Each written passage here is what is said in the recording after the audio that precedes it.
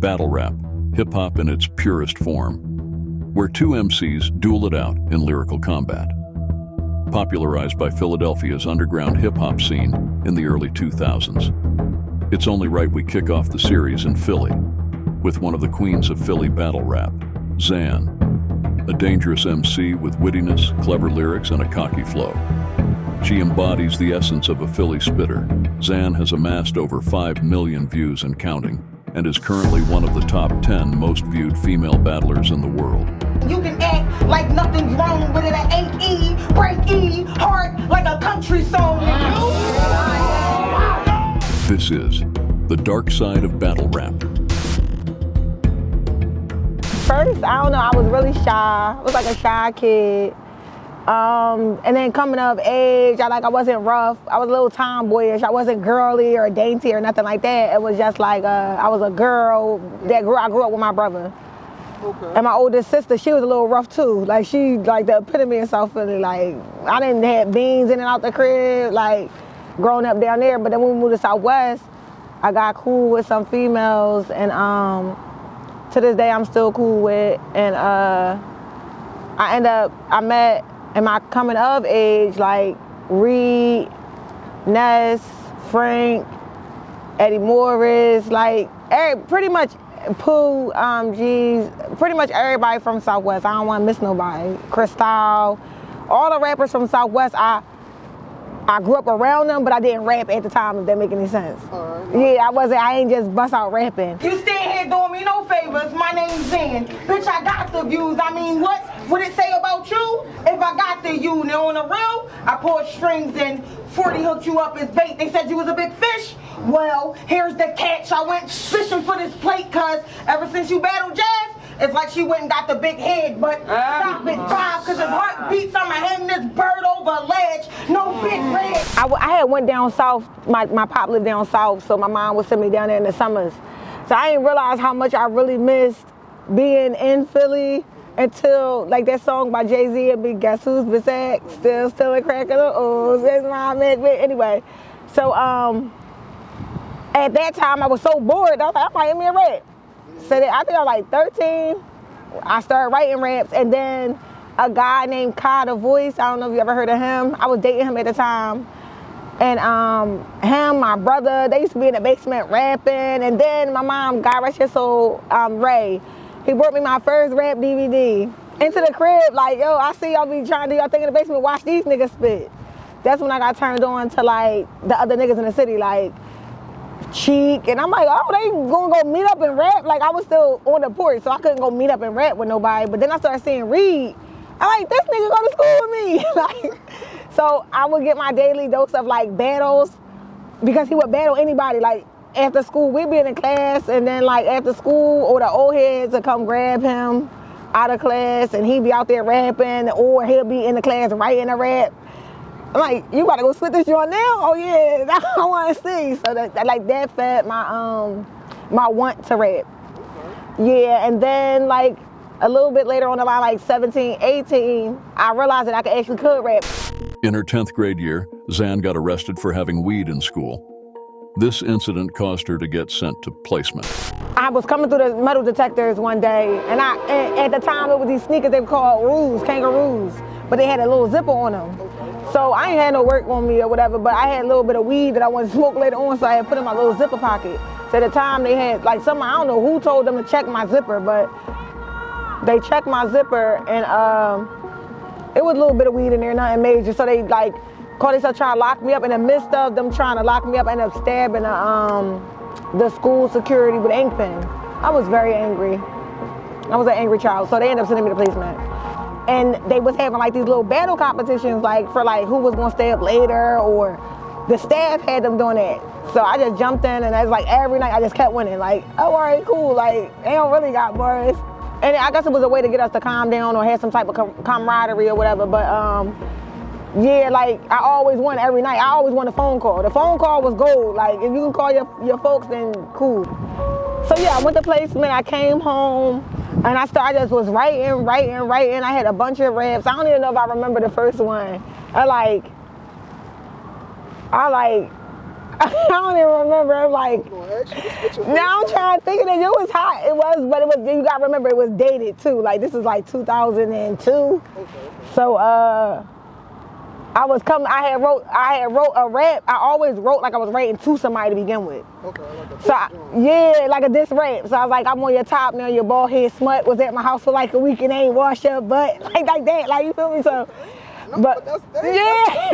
That sounds good now though. And yeah. You definitely embody that Philly flow. Yeah. Like so like that's and I got the aggression from the guys that I watched. So when I would write, everybody was like, it sounds like you battling people like that. Like, even when I wrote like a 16, it was always hard for me to break out of coming at somebody's neck because that's what I'm used to seeing on these DVDs. These niggas is coming at each other. So I ain't never really break into the making music portion of it. I really couldn't find my, I knew I could write, but I didn't know what lane I was going in. So I always like, fuck it, I'm gonna go with what I know. At the age of 18, Zan befriended who would later become her biggest battle rap rival, Lady Caution. She said she was gonna apologize for a murder she not gonna commit. Hey. All premeditated, no personal shit. That was nice. Those is your lines? Yep. So if you get personal, bitch, I'ma personally fuck you up again.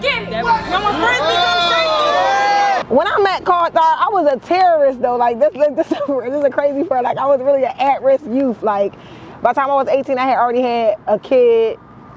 No, I was 19, so I had 2 kids by then. Yeah, because I just met her after I had my second daughter. What happened was our baby fathers is brothers. So imagine, oh, that's family then. Yeah, like pretty much. So what was going on was it was like, I'm terrorizing my baby father, his brother, baby mom, like, yo, like she gotta chill, da da da da. So they sent her to kind of come check me, type, you ain't gonna keep coming around to the crib, da da da. I'm gonna come around and do whatever I want. Like, I'm gonna do whatever I want. But she respect where I was coming from, so that's kind of what made us, that's what kind of made us like click. Like, even though she was on her shit, like she came around the corner like, yo, like you can't keep coming to the crib. And I'm like, I'm gonna do whatever I want. Like, none of them gonna check me. Like, you not checking me, not none of them checking me. But when I started to express to her what was going on with me and my baby father, was like, no, she had just got pregnant. So I'm like, this is what they family into, so we kind of clicked up. And we had a little dispute that summer, and I was trying to figure out how to settle it because she went by Lady Caution, and at the time, my rap name was Lady. Okay. So it was like one of us got to change our name, but she was already established. So I was like, I'll just go by, because I like my name. My name's Zan. Like, that's my government name. So I was like, I'll just go by my name. You can keep the name, whatever the case may be. And we had like a little falling out, so everybody in the neighborhood was all like, y'all had to rap about it. And I'm like, all right, that's my lane, like, let's get it. We both wrote a little rap. I don't remember what I said to her, which it was some fire, I'm pretty sure. But we were supposed to settle our beef by rapping. We ended up rumbling. Oh, yeah. But I felt like that made us closer. Like, after that happened, it was like, a little while later, we cried about it, we laughed about it, we rocked with each other for years, like, been through a lot together. And then one day, she had a battle Shites Raw. Tell this pork mixed with that, I am so old. Wake up, I want to go to sleep, please. I'm tired up here. Like, give me something to go on. We are not on the same level, I'm so cool. Let's go, get your bars up, please. Man, fuck this bitch. I call her bitch. You too. She got a dog face and need a leash with a choker. Listen, let's chill. Like I was saying, Lady Caution had a battle with Shites Raw. That's my first time being in that environment at all. Like something, like I seen them battling in front of a camera. I ain't never get to go to none of their stuff. And Lady Caution battled she battled Shites Raw, and I remember if you look at that battle, you'll see me jump from behind Caution trying to get the Shites, like, why are you in her face like that? Like, and they're like, no, that's battle rap. So I'm like, this shit fake. I'm cool. Like, I ain't about none of that shit y'all talking, but I loved it. Like, it's like I got bit by a bug, right? So I remember sitting on the step talking to my Uncle Gio, and I started watching the battles, because like I had never been introduced to this. So I remember Queen of the Ring had a 2-on-2 with Shuni and Farrah versus Don Lady and Tori. And I was telling my uncle, I was like, I'm gonna get on Queen of the Ring. Like that was my major goal. Like, I'm a battle at these little joints and I'm gonna get on Queen of the Ring. So Caution introduced me to her manager, and they had an opening for Cocoa Cakes. Cause we had been talking and he was like, yo, you really want to battle? And I was like, yeah, and I had been rapping to him and everything. He like, you really could rap. Do you want to battle? I'm like, yeah. He like, all right, I'm gonna get a couple people to vouch for you and say, cause I ain't had no footage or nothing.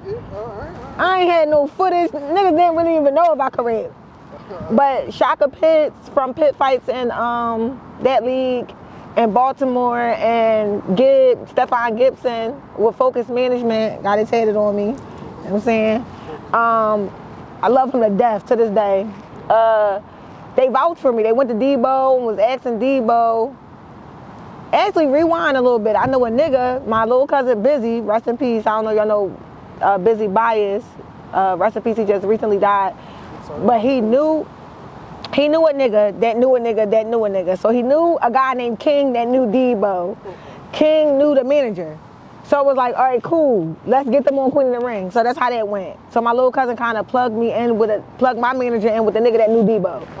All right, so then I went up there and I battled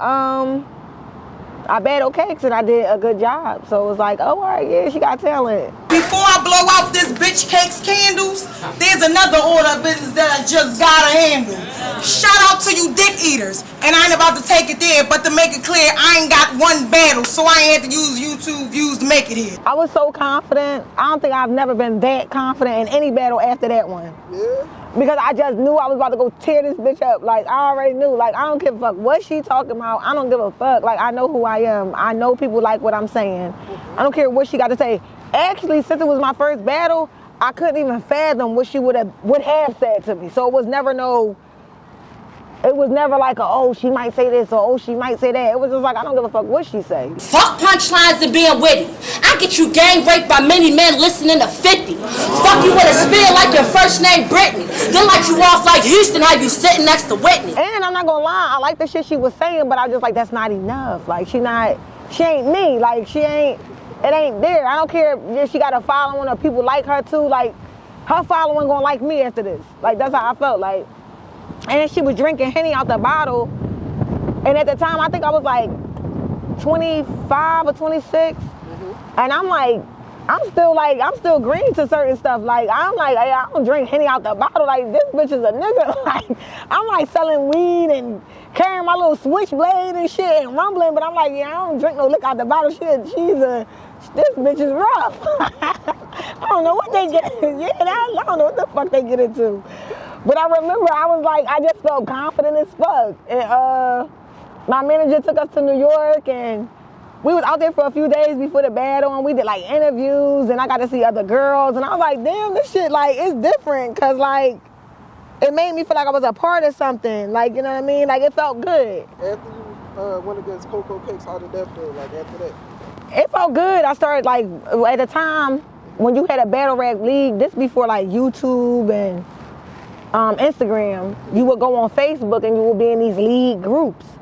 So I would go into the Queen of the Ring group and drop my Cocoa Cakes battle and like, oh yeah, we can't wait to see you again. So they gave you motivation to want to do it again. So, but I didn't know the dynamics of it just yet. Miss Peg's a bitch. I can't imagine how she feel. I'm real. So these rappers gonna give me my props. No Vagisil. Punchlines gonna cut deep. Just think behind stab and feel. If I ain't struck a nerve yet, bitch, I'm about to make you mad for real. Like my battle versus Miss Peg, that's when I really realized like, cause the bars was there. The bars was there, but now I'm more concerned with, oh yeah, they want to see me, that I want to wear this and I'm gonna get ready for that. Like I wouldn't say I wasn't focused because I was totally focused on my battle with Peg. But the dynamics of the battle was crazy, which I didn't pay attention to. So I'm learning as I'm going because I literally only just stepped in the game. Like I ain't never battled nobody. The dynamics was, if you battle somebody who just took a major loss, you have to do something because they're gonna wait for this person, and that person could do just a little bit good. I know niggas is waiting for me to fucking address it. So here the fuck it is. I didn't leave because I was sad. I left because I was pissed off. If I would have stayed, I would have cracked the jaw, turned that cheetah print into bloody paws. They to magnify it. So I honestly feel like I beat Pac. I don't think that people think I beat Pac. People who don't know the backstory might watch it nowadays and be like, oh, you should beat her. Zan beat Pac. But in the moment, Pac washed me. The way that they looked at it, like she washed me, like, cause she just came off of a battle where she ran off crying.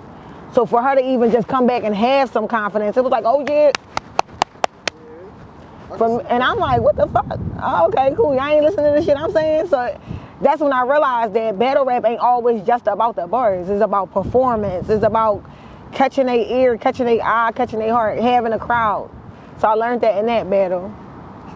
So what are some of like your favorite battles that you have had? My favorite battle was my battle with Cakes. With Cakes? Because I felt like, I know I fucked Cakes up, but I feel like the shit she was saying, like I think out of all my battles, she's the only opponent that I can quote every word that they said to me.